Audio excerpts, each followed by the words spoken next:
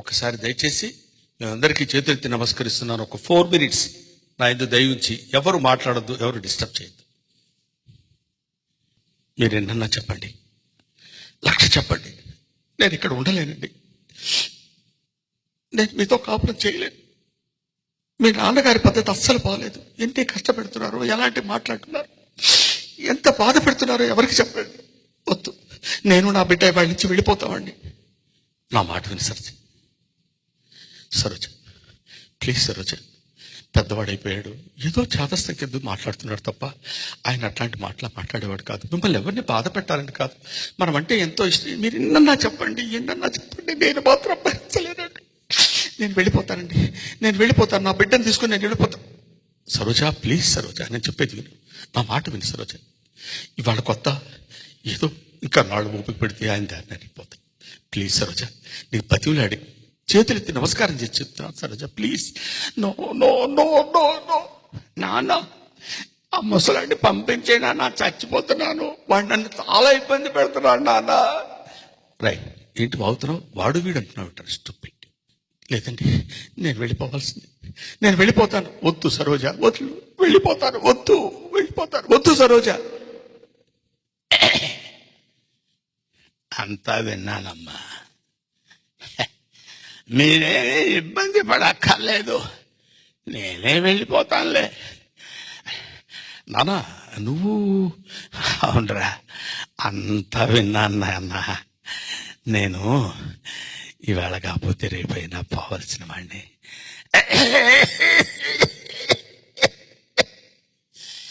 నన్ను ఈ అనాథ శరణాలయంలో నా చేరా, నేను వెళ్ళిపోతాను అంటే కాదు నాన్న. సరోజ, నేను ఏదో సరదాగా మాట్లాడుకుంటాం తప్ప నీ మీద. ఒరే, మేము సాయం సంచలం, మీరు ఉదయ సంచలం. వద్దు నాన్న, నా మాట విను. నా మాట కాదన్నావంటే నా మీద ఒట్టే. నన్ను ఏదైనా శరణాలయంలో చేర్చమని అంటున్నారు కదరా.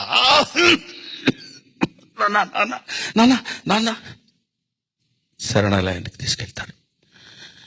పేరు నరసింహారావు, ఊరు కంకిపాడు, వయస్సు 74 సంవత్సరాలు.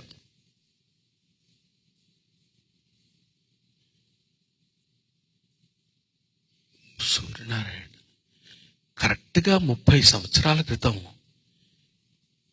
ఇక్కడ ఒక అనాథని మీరు దత్తత తీసుకున్నారు కదూ అని అక్కడున్న క్లర్క్ వాడుతూ ఉంటాడు. అన్నప్పుడు అవును, వాడేనాయనా వీడు, నేను దత్తత తీసుకున్న వాడేనాయనా వీడు. Thank you very much, thanks a lot.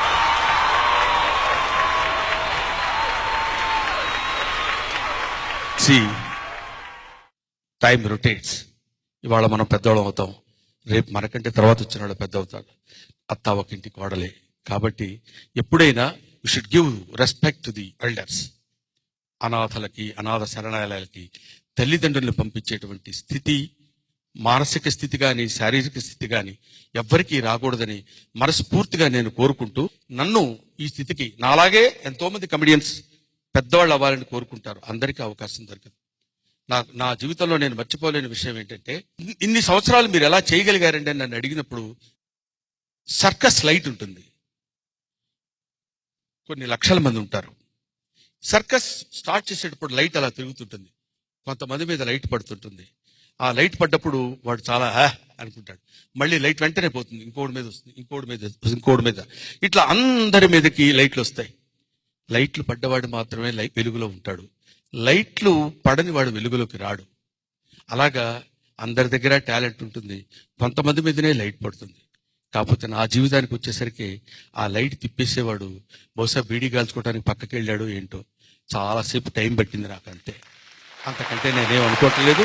నాకు ఈ అవకాశాన్ని కల్పించింది అందరికీ నా హృదయపూర్వక నమస్కారాలు చేసి, ఇలాగే నాలాగా చాలా మంది రావాలి, ఇలాగే గొప్ప వాళ్ళని కోరుకునే వాళ్ళు చాలా మంది ఉంటారు. కాబట్టి నాకు తోచిన సాయం మూవీ ఆర్టిస్ట్ అసోసియేషన్కి 5 lakhs డొనేట్ చేస్తూ మీ దగ్గర సెలవు తీసుకుంటాను. Thank you very much.